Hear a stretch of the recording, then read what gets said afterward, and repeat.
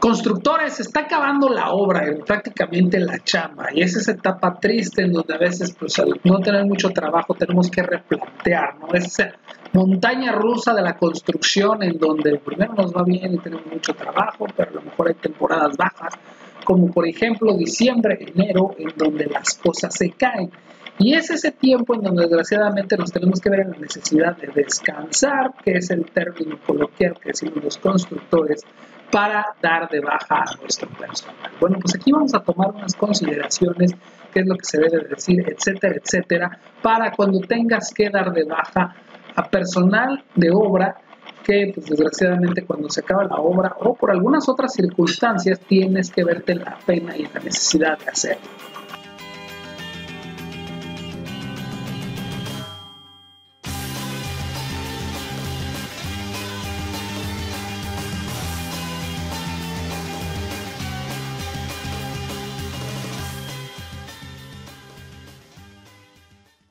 Hola, ¿qué tal, constructores? ¿Cómo están? Yo soy el arquitecto Jesús Arroyo. Bueno, estos planos constructivos donde hablamos todo lo relacionado a la construcción, a la arquitectura.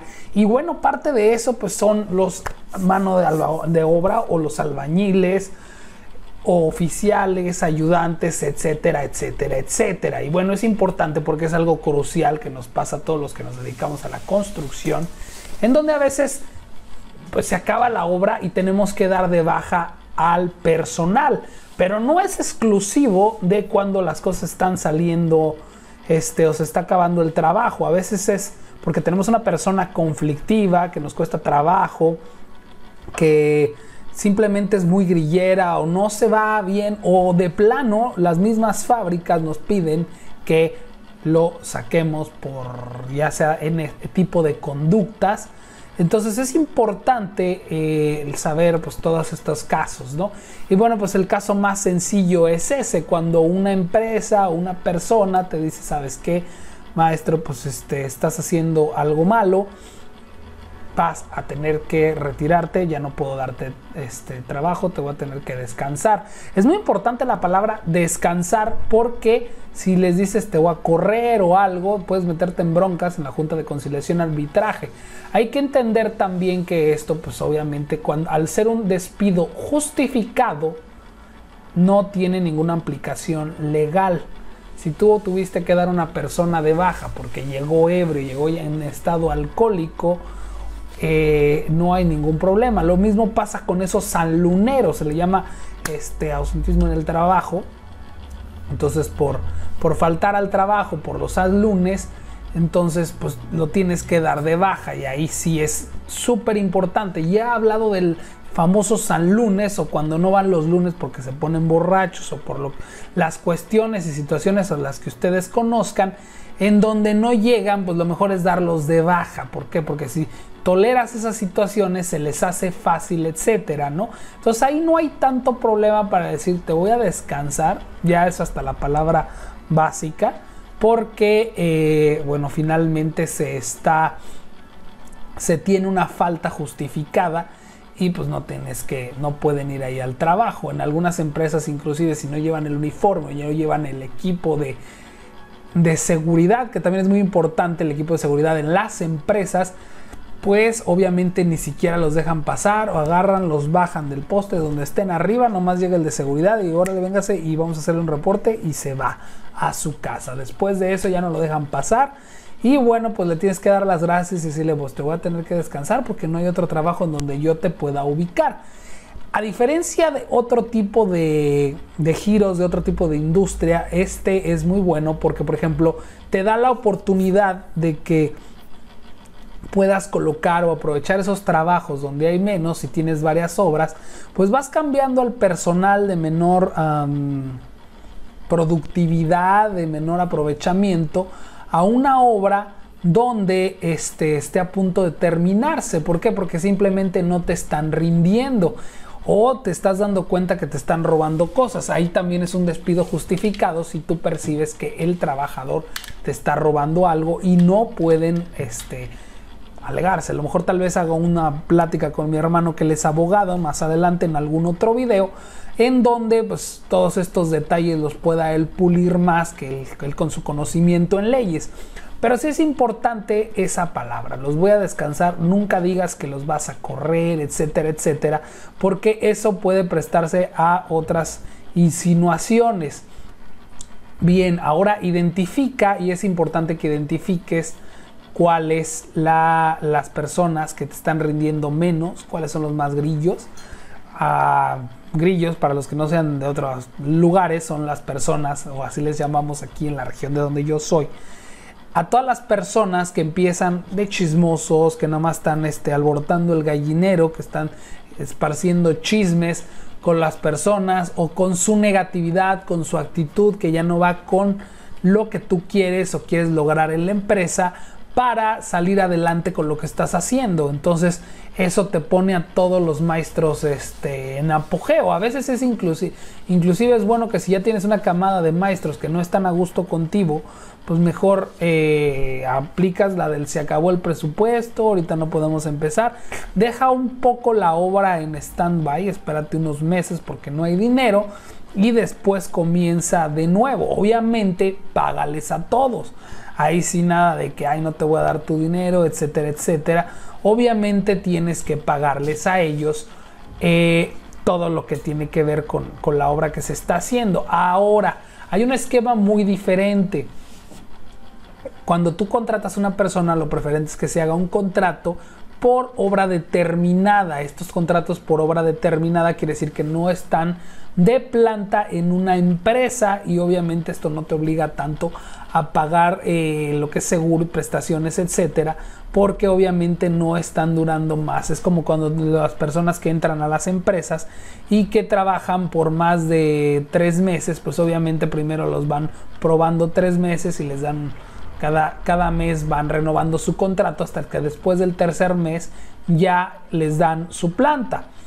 Entonces es lo mismo aquí, al ser un trabajo por obra determinada, pues están firmando ellos que no están como de planta en la empresa y ahí no aplica tanto. Entonces es importante que lo sepas y que tengas algo firmado que te respalde al ser una obra o contrato por obra determinada, para que no tengas problemas con el personal o en la junta de conciliación y arbitraje pues puedas aclarar todos esos detalles y obviamente pues que no te pasen a mayores, porque sí pueden. Obviamente también es muy importante el seguro. En la mayoría de las empresas pues se paga el seguro social, este organismo que la verdad sinceramente a muchos constructores nos duele pagarlo porque cobran muy caro, ni siquiera los albañiles se atienden ahí, o sea, no es algo que ellos. ¿Por qué? Porque aunque sea gratis, porque realmente lo pagas del sueldo, se les dan una atención pésima y eso es importante para no tener afectaciones en un futuro. El seguro todavía es inclusive más, te puede meter en mayores problemas que Hacienda al momento de no pagarlo o de tener algún reclamo por parte de algún trabajador o si existe un accidente, que también es muy importante eso. Siempre indemniza a las personas y págales lo que debes para que no tengas ningún problema.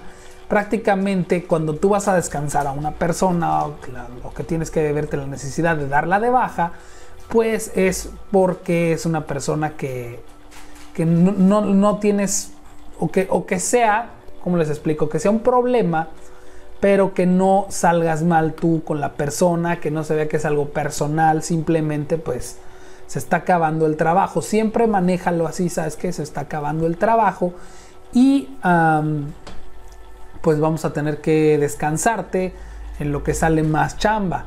Entonces ahí ya si sale más chamba tú sabes que es muy diferente ya después en las chambas, y eso también llega a pasar porque por ejemplo la mayoría de los constructores cuando estamos fuera, sobre todo en las empresas, cuando tú estás iniciando empresas grandes con muchos contratistas, vas tú a salir a tu camioneta y ya te identifican como el arquitecto, como el ingeniero y te piden trabajo.